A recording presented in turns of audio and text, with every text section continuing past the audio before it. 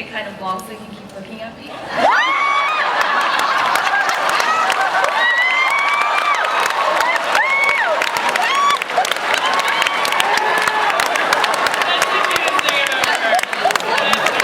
Greatest question ever.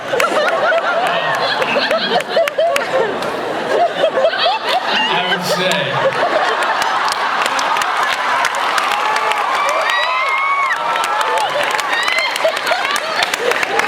The thing is,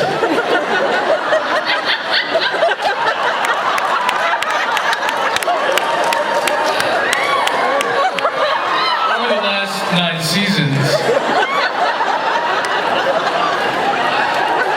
for me, what I really enjoy in the show, I do really enjoy some of the visual effects and a lot of the stunts and physical work that we do. And the directing, I think moving into the directing side of it has been very exciting for me. Thank you. Thank you.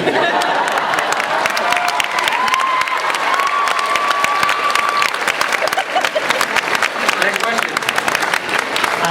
I love the show, and I would love to see it go to season 10. Who wants to see it go to season 10? You know what? There are people from Warner Brothers that are here. I'm not sure they heard you. Yeah.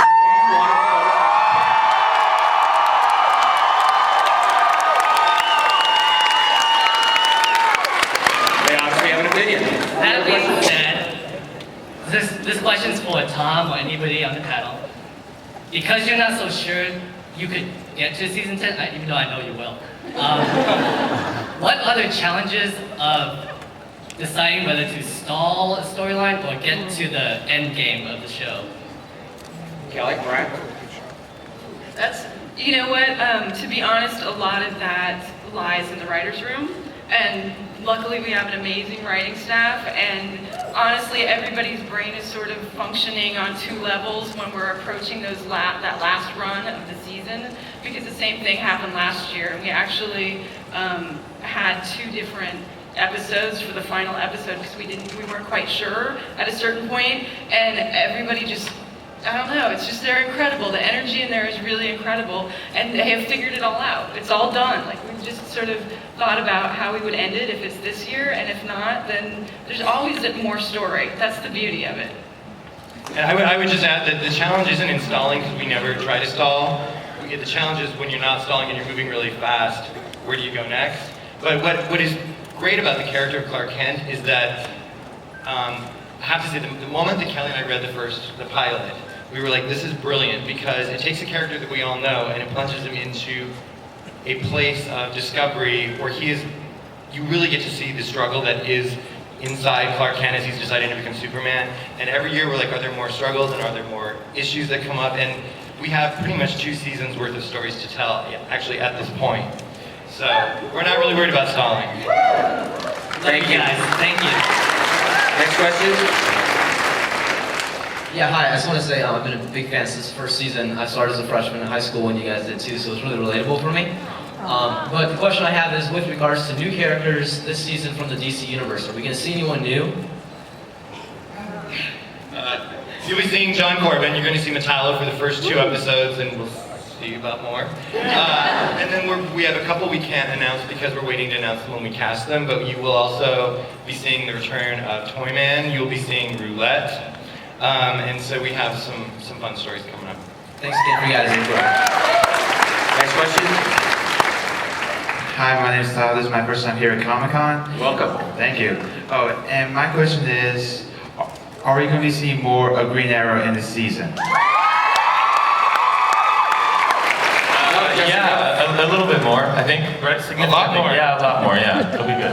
Why don't you tell us a little bit about Green Arrow's journey, because he kind of had sort of a hard time last year. So it'll be, we're gonna go back a little bit, and last year I had a chance to play him kind of broken down a little bit, and then we jumped right out of it, and he was like, was over, and he had figured out all of his problems, and he'd come to some kind of resolution, and then we find out this year that in fact that is not quite what happened, and he's struggling, isn't he?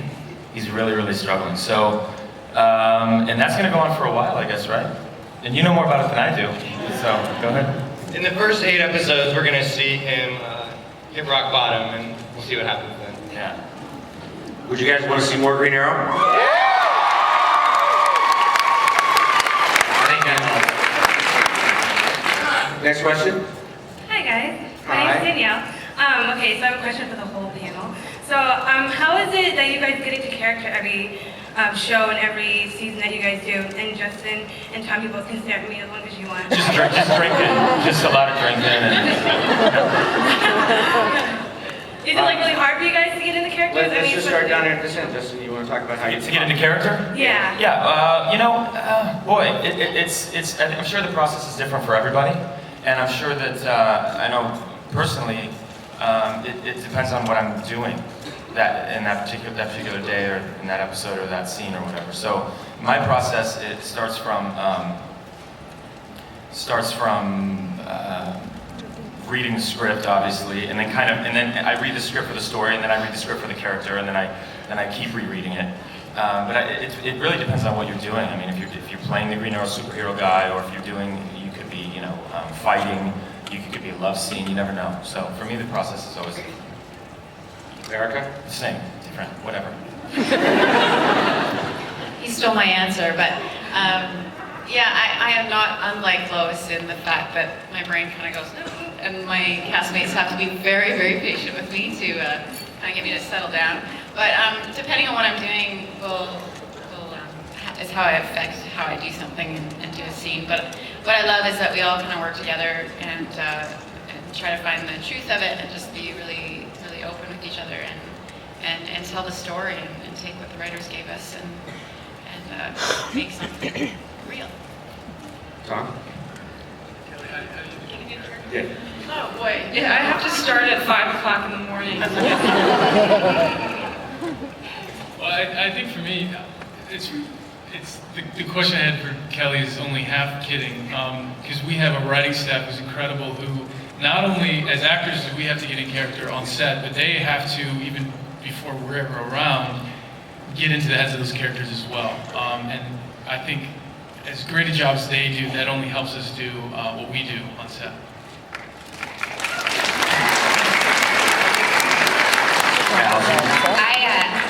I'm a super collaborative person, and so when I work, usually the best way that I get into character is really working with my fellow actors and the directors. So I have been known to pull Tom aside and have lengthy discussions about the scene and what it is that we're trying to say and how it relates to what's going on for me personally or globally or whatever. And I like looking at things from a kind of macrocosmic level, so I really like looking at our show and relating it to what's going on in the world, and that really helps me kind of get my brain going and get excited about what we're doing and what we're saying and the stories that we're trying to relay to our audiences. The character is I've been playing her for so long, so really it's just a matter of putting the words in my mouth and she's there. But I like to know that there's more to the show than just a story about a boy on a farm. And I utilize the people that I work with to kind of strengthen that and make it bigger. Cassidy? Tess is a lot different than I am, and so I had to sometimes I'll sit and I'll read a script and I'll think, what would Tess do in this situation? And I really, even only being on the show for a year, you start to get to know these people, and again, the writers, like Tom said, they write for this character, and it's so collaborative, everyone gets together. But I love to read it to kind of know where she's coming from, and then I absolutely love playing once we're in there and getting to just do things off the spur of the moment. That's the stuff that I think is most exciting.